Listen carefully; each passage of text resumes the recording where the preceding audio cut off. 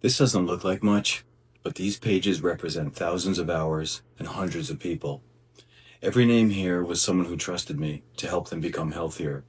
Some discovered they were far more capable than they ever believed they were. Some have since passed away, and others simply stopped coming. I've spent years in rooms like this one, working with real people, real lives, unfolding in real time.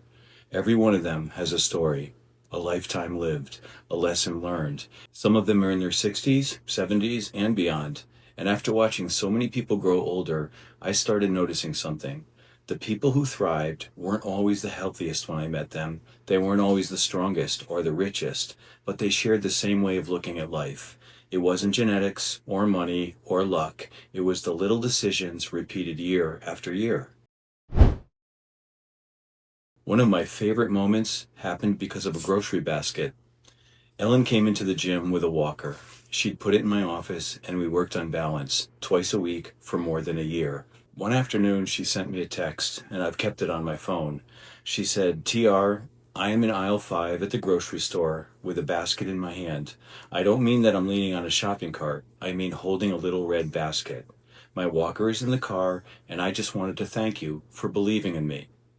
She wasn't celebrating groceries. She was celebrating independence. It was about being able to live her life on her own terms. I have watched people lose their independence, not because they got older, but because they became weaker. There is a tragedy in what muscle takes along with it. Driving, getting off the floor, carrying grandchildren, lifting luggage, opening jars, walking upstairs, exploring. That is all freedom, and it's yours to keep or it's yours to lose. I think that sometimes physical strength, mental strength, and spiritual strength all seem to live together. You come looking for one of them, and somewhere along the way, you realize you found all three.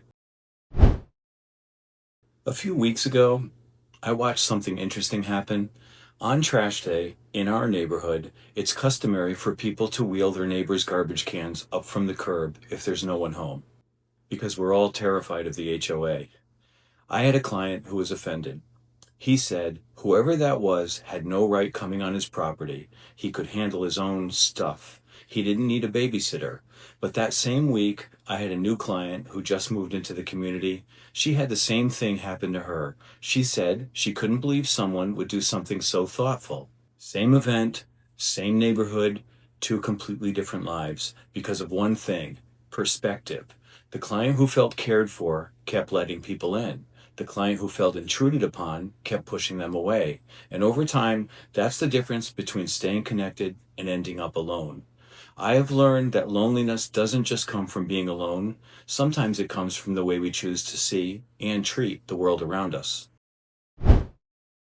One of my favorite clients was Joe. At 22, he flew a helicopter in Vietnam. He came home, went to law school, eventually became a judge, presided over one of the most highly publicized serial killer trials in our state's history. A lot of people would have let Vietnam or the verdict in that trial become their identity. Joe never did. He never lived in the rearview mirror. Around here, we have a phrase, PIP. It stands for Previously Important Person.